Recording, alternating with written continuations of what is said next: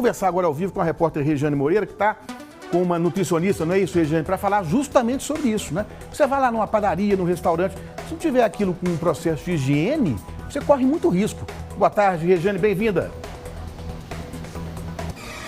Oi, Laí, boa tarde para você também, a todos que nos acompanham. Atenção também para dentro de casa, não apenas na rua, né? A gente se alimenta muito fora, mas dentro de casa alguns cuidados são essenciais. A Ellen comentou a respeito da interdição que nós mostramos ontem ao vivo aqui no Balanço Geral, interdição pela falta do alvará sanitário e também porque no local foram encontradas irregularidades relacionadas a questões de higiene mesmo. Então eu estava conversando aqui agora há pouco com a Denise Pérez, que é a nutricionista, para falar sobre essas questões. Denise, a gente fica assustado quando ouve falar dos riscos dessa falta de higienização, especialmente em ambientes como esse, onde fornecem alimentos, vendem alimentos.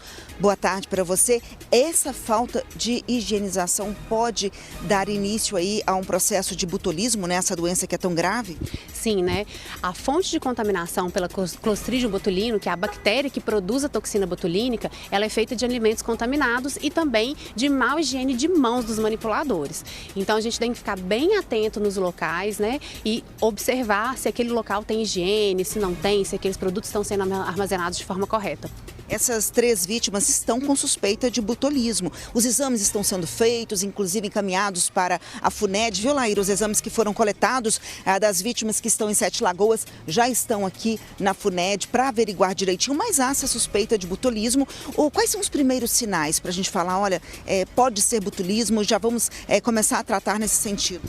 Falta de ar, né, mal-estar, diarreia e o pior deles que é a paralisia cardiovascular. Então a pessoa sente um mal-estar muito grande, súbito, porque a bactéria, né, e a toxina ali paralisam os músculos lisos. Vamos falar o seguinte, o padeiro comentou lá na delegacia que os alimentos ficam expostos, que não há esse critério com a higienização mesmo. Alimentos expostos, mão suja, o que pode agravar a situação? Os alimentos sendo expostos, né, eles estão expostos ali a contaminantes do ar, né, uma pessoa passa, espirra, pode passar vírus e bactérias, né, se o alimento não é armazenado corretamente, ele tiver com um pouquinho de bactéria, aquela bactéria vai proliferar, vai crescer, vai produzir mais toxina e também o ambiente, né, se o chão estiver sujo, se o local estiver sujo, também vai passar para o alimento. Então, isso são pontos de atenção que a gente deve ter. Agora, o profissional precisa higienizar bem as mãos, até porque a questão de fezes humanas e também de animais, às vezes você não lavou direito e pode provocar botulismo, não é isso? Sim, né? A principal contaminação por botulismo, né, pelo Clostridium botulino, é por alimentos não higienizados e pelas mãos não lavadas. Então, às vezes o manipulador vai no banheiro, não lava as mãos corretamente, às vezes o local não tem acesso a esgoto, né, uma higiene sanitária ali. Então, deve-se lavar as mãos com água corrente, sabão, né, antes de manipular qualquer alimento. Agora, Laí, não sei se você se recorda, ontem nós mostramos ao vivo o trabalho dos técnicos da Vigilância Sanitária. Eles estavam, inclusive, recolhendo uma lata de milho grande. Lata essa que a gente acredita que foi utilizada no preparo desses alimentos. Por que dessa lata?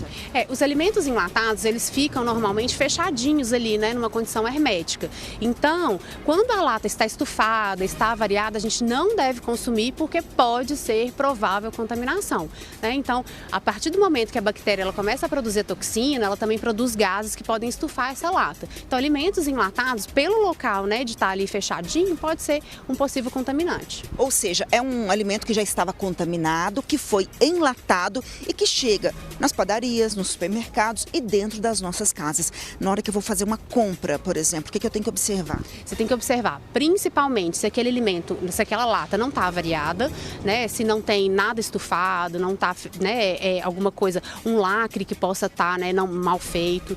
Alimentos in natura, como frutas, verduras, eles devem estar em bom estado, né? Então não é para comprar nada que tiver uma manchinha, um cheirinho estranho, não deve ser consumido, né? Não deve ser comprado. Então no primeiro processo de aquisição dos alimentos, a gente deve avaliar, né, como é que está o estado dessa lata, como é que deve estar o estado desse alimento antes de trazer ele para casa. Até os vidros, né, Laí? Por exemplo, palmito, a gente conversou sobre palmito, vem num vidro, mas a tampa geralmente ela é enlatada, né? É uma lata e ela pode estufar também, então até isso precisa ser olhado. Isso, aí sempre que for comprar, né, os enlatados, observar, né, a integridade da lata, do lacre, né, para ver se não está estufado, se não está avariado. No caso dos legumes, das verduras, você disse que é até um risco a gente comer fora de casa também por conta desse problema.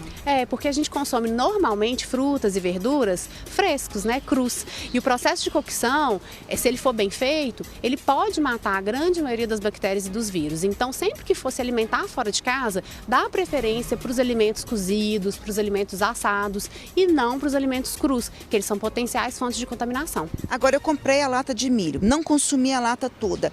Como que eu posso guardar na geladeira? Porque eu já fiz muito isso, confesso. Agora eu já descobri que não é o ideal. Mas, vou usar amanhã de novo, vou deixar a lata lá com aquela aguinha e o restinho do milho. Tá errado, né? Tá errado. A primeira coisa, chegou em casa com o alimento, lava. Lava a lata com água, sabão, bucha, né? Seca direitinho e transfere aquele alimento para um recipiente seu próprio, que você sabe que tá limpo, que tá sanitizado, que tá próprio ali para consumo. E guarda na geladeira de 3 a 5 dias no máximo e antes de consumir novamente, observar o aspecto daquele alimento, né? Se tá com cheiro bom, com a cor boa, se tá íntegro, né? Se não tá, né, saindo alguma coisa, alguma babinha, alguma coisa do tipo. Se tiver, é descartar, não pode consumir.